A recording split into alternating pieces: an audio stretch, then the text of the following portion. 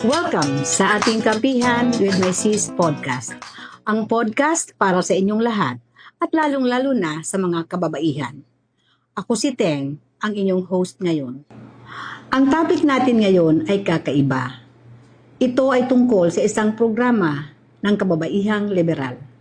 Ang tawag dito ay Kwentuhan sa Barangay, na kasalukuyang ginagawa sa 10 lugar sa Pilipinas kasama ang Hong Kong, na para naman sa mga OFWs na mga babae roon. Ano nga ba ang Kwentuhan sa Barangay? Parang interesting, di ba?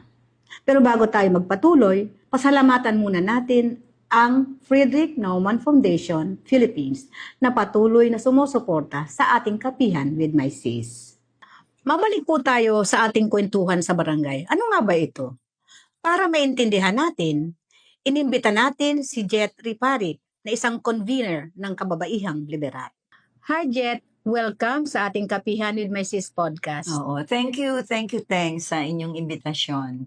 Ay, welcome ka lagi dito. Ay, naku, Pero salamat. bago ang lahat, siguro magkape muna tayo. O sige nga, oo. Ito ba decaf, Teng? Ay, oo naman. Alam mo Decaf naman, yan. decaf ang iniinom ko. Paborito natin pareho yan. Gusto ko yan eh. Sarap. Salamat. Malinamnam. Malinamnam. Jet, ano nga ba ang Kwentuhan sa Barangay?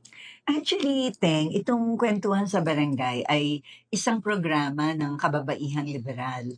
At ang objective nito ay para ipakalat at para maintindihan ng mga tao kung ano ang ibig sabihin ng demokrasya, pagiging responsableng mamamayan, at very important, maintindihan ang mga karapatan ng mga babae at mga bata. So, kagaya kunwari, pag sinabi nating demokrasya, ang gusto nating ipaalam sa kanila, ano ba ang mga karapatan, ang mga kalayaan na ginagaransya ng ating konstitusyon para sa lahat ng Pilipino, no? Tapos, sinama natin yung pagiging responsableng mamamayan dahil alam natin na pagka may kalayaan, kailangan meron niyang katumbas na responsibilidad. Okay. So, for example, sa alam natin na may karapatan tayong magsalita, di ba? Freedom of expression. Pero hindi naman ibig sabihin, Teng, na alas 12 ng gabi, tatakbo ka sa gitna ng kalye at magkakakanta ka doon, di ba? Hindi yun responsable. Kaya importante yun sa atin. Okay. Ito ba ay ginagawa din sa barangay? Oo, kasama natin to at dinidiscuss to sa barangay. Okay. Dinidiscuss din natin yung mga karapatan, no? Karapatan ng mga kababaihan at karapatan ng mga bata.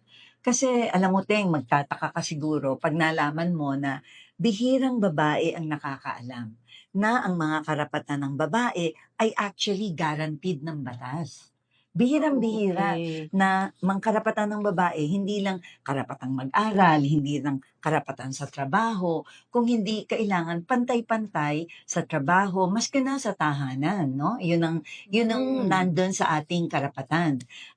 Sa mga bata naman, alam mo, mas lalong hindi alam ng mga tao na merong mga karapatang pambata.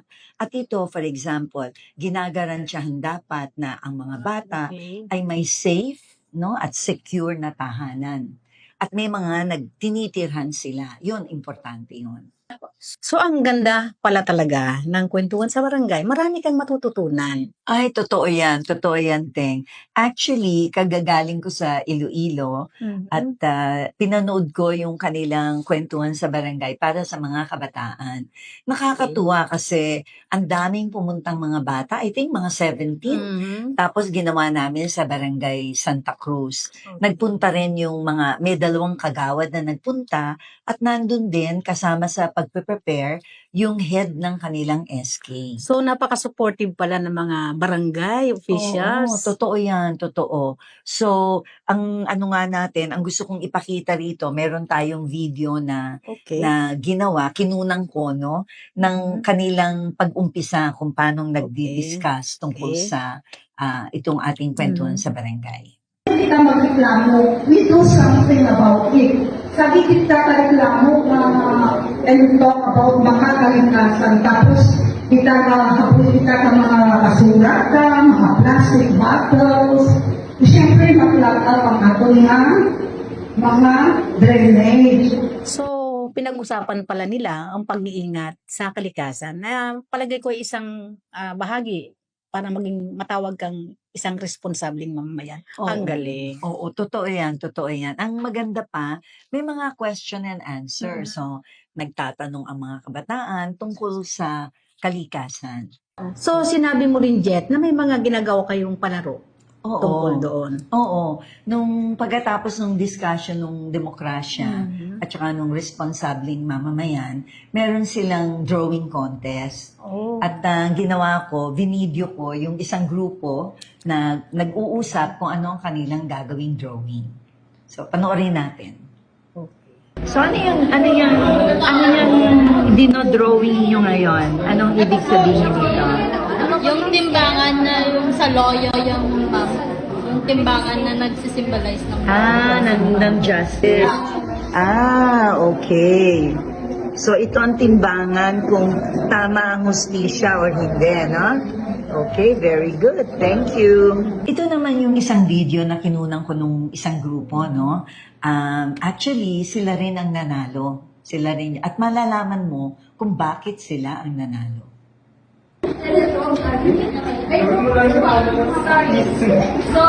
ang demokrasya ay buhay ng prinsipyo or prinsipal na nagkasalamin sa malayang pagbasa, pakikinig at pagpapahayag. Lahat ng ito ay posible sa pamamagitan ng teknolohiya gaya ng cellphone.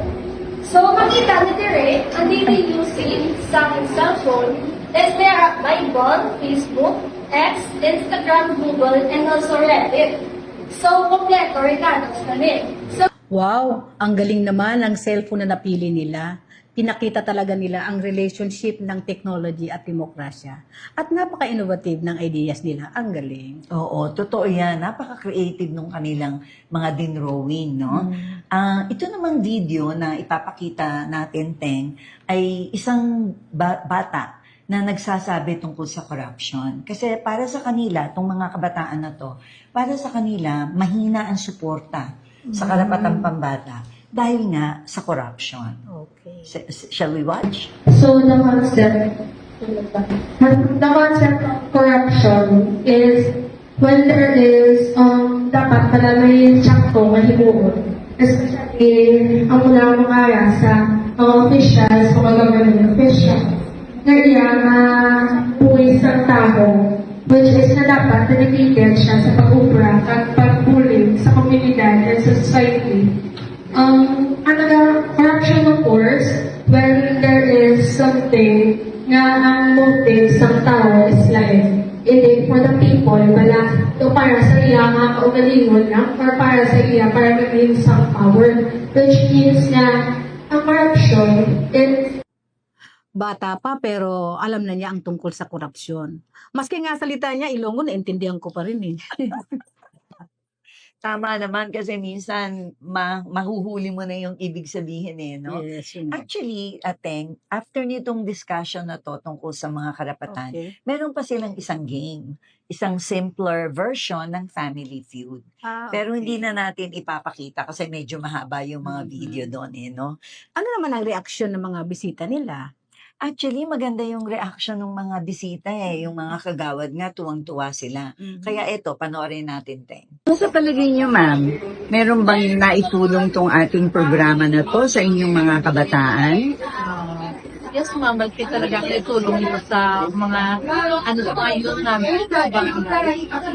Kasi ang mga topics is relevant talaga para sa kanilang generasyon, di ba? Tapos, yung mga malapit talaga ang bagay ko sa kanilang development. Kasi sila talaga focus namin kumbaga sa kanilang future.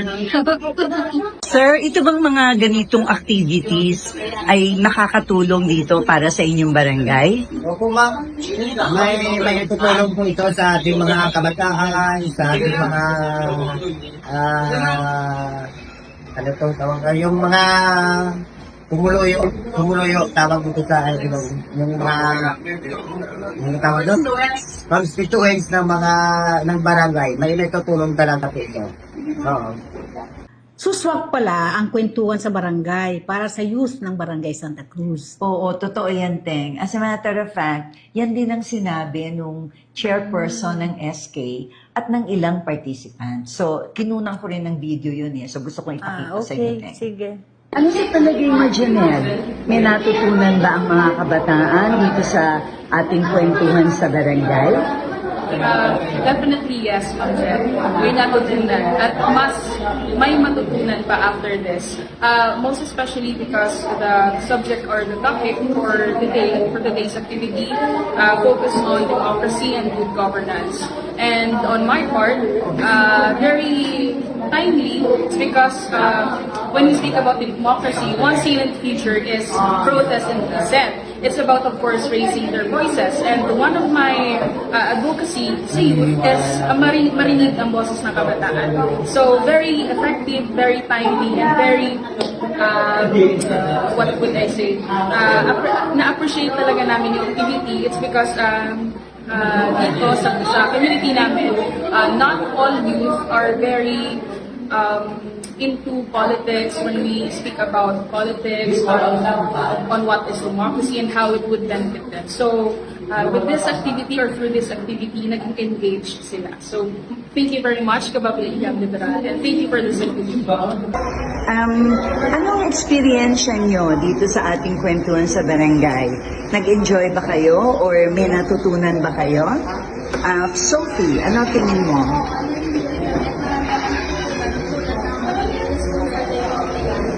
Okay, very good. What about you, Wilmer? Will June. Sorry. Super enjoy at marami akong natutunan tulad ng mga batas and karapatang pangtao.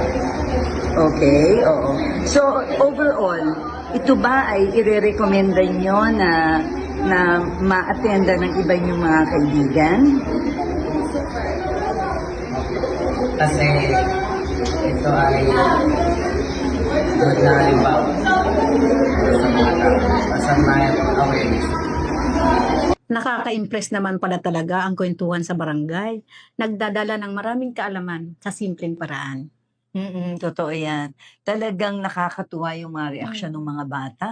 Kasi excited sila. Tapos, ang nagustuhan ko rin, yung nilagyan natin sila ng mga palaro. Dahil ito yung paraan para mas matandaan nila kung ano yung pinag-usapan during the discussion. Yun yung mga topics. Oh, very interesting talaga. Jet, thank you so much sa pagbisita mo sa amin. Very, very much impressive ang inyong proyekto. Thank you, Teng. At ngayon, marami akong natutunan tungkol sa kwentuhan sa barangay. Sana magkaroon din ito sa ibang barangay. Malay mo, di ba? Hindi natin alam. Sana nga, di ba? But thank you, Teng, for having me here. You are welcome. At maraming salamat sa mga viewers ng Kapihan with My Sis podcast. Malay mo sa future, may makilala ako sa inyo dahil dito sa kwentuhan sa barangay. Yes. At dyan nagtatapos ang ating Kapihan with My Sis podcast. Sana na nag-enjoy kayo sa aming episode na ito. Hanggang sa susunod. Maraming salamat. See you next time. Bye!